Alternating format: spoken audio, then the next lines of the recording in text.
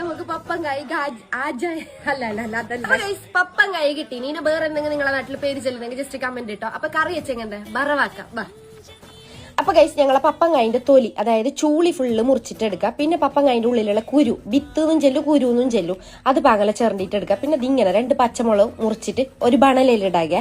ബണലിലിട്ടിട്ടായിട്ട് കുറച്ച് കല്ലുപ്പും കുറച്ച് മഞ്ഞപ്പൊടിയും പിന്നെ ഒരു ഗ്ലാസ്സിലേക്ക് ഒരു മൂട് വിനാഗിരി ഇട്ടിനാക ആ വെള്ളത്തിലേക്ക്. എന്നിട്ട് ഒരു ഗ്ലാസ് എക്സ്ട്രയും കൂട്ടണം. കൂട്ടിയിട്ടായിട്ട് നമ്മൾ ഗ്യാസ് കത്തിച്ചിട്ട് നമ്മളെ ബണലിൽ ഒരു 10-15 മിനിറ്റ് പൊത്തി വെക്കുക. പൊത്തി വെച്ചിട്ട് ഇളക്കി കൊടുത്തോണ്ട് നിൽക്കണം. അതായത് വേണമല്ലോ, അത് വേകാൻ വേണ്ടിയിട്ട് തായമീറ്റ് ഒരു 5 മിനിറ്റ് കഴിയുമ്പോൾ ഇളക്കി കൊടുത്തോണ്ട് നിൽക്കണം. അത് കഴിഞ്ഞിട്ടായിട്ട് ബണല മാറ്റി വെച്ചിട്ടായിട്ട് വേറൊരു കുണ്ടുള്ള പാത്രം, അതായത് കടുവറുക്കാൻ വേണ്ടിയിട്ട് ഞാൻ വെക്കുന്ന ഒരു രീതി പറഞ്ഞു തരുന്നുള്ളത് നിങ്ങൾക്ക്. കടുവറുക്കാൻ വേണ്ടിയിട്ട് കുറച്ച് എണ്ണയും കുറച്ച് കടുക്, നിങ്ങൾക്ക് കുറെ കടുക് ഇടണ്ട, കുറെ കടുക് ഇട്ടെങ്കിൽ മജ്ജ ഉണ്ടാവില്ല. പിന്നെ ഒരു മുളകിനെ കണ്ടാക്കിയിട്ട് അതും പിന്നെ കുറച്ച് മുളക് പൊടി ഈ എണ്ണയ്ക്ക് തന്നെ ഇട്ട് കൊടുക്കുന്നത്. എണ്ണയ്ക്ക് ഇട്ട് കൊടുത്തിട്ടായിട്ട് നേരത്തെ മാറ്റി വെച്ചിട്ട് അതിലേക്ക് പാങ്ങല ഒഴിച്ചു കൊടുക്കുക കടു.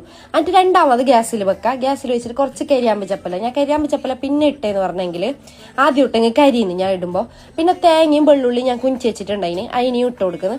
എന്നിട്ട് അടിക്കും മീത്താക്കിയിട്ട് പാങ്ങല ഇളക്കി കൊടുക്കുക. ഇളക്കി കൊടുക്കുമ്പോൾ നോക്കണം അടിക്ക് പിടിക്കാതെ നോക്കണം. ഞാൻ കുറച്ച് വെള്ളത്തോടെ ഇളക്കി കൊടുക്കുന്നില്ല, നമ്മളെ കഞ്ഞിക്ക് ചോറിനെല്ലാം സെറ്റ്.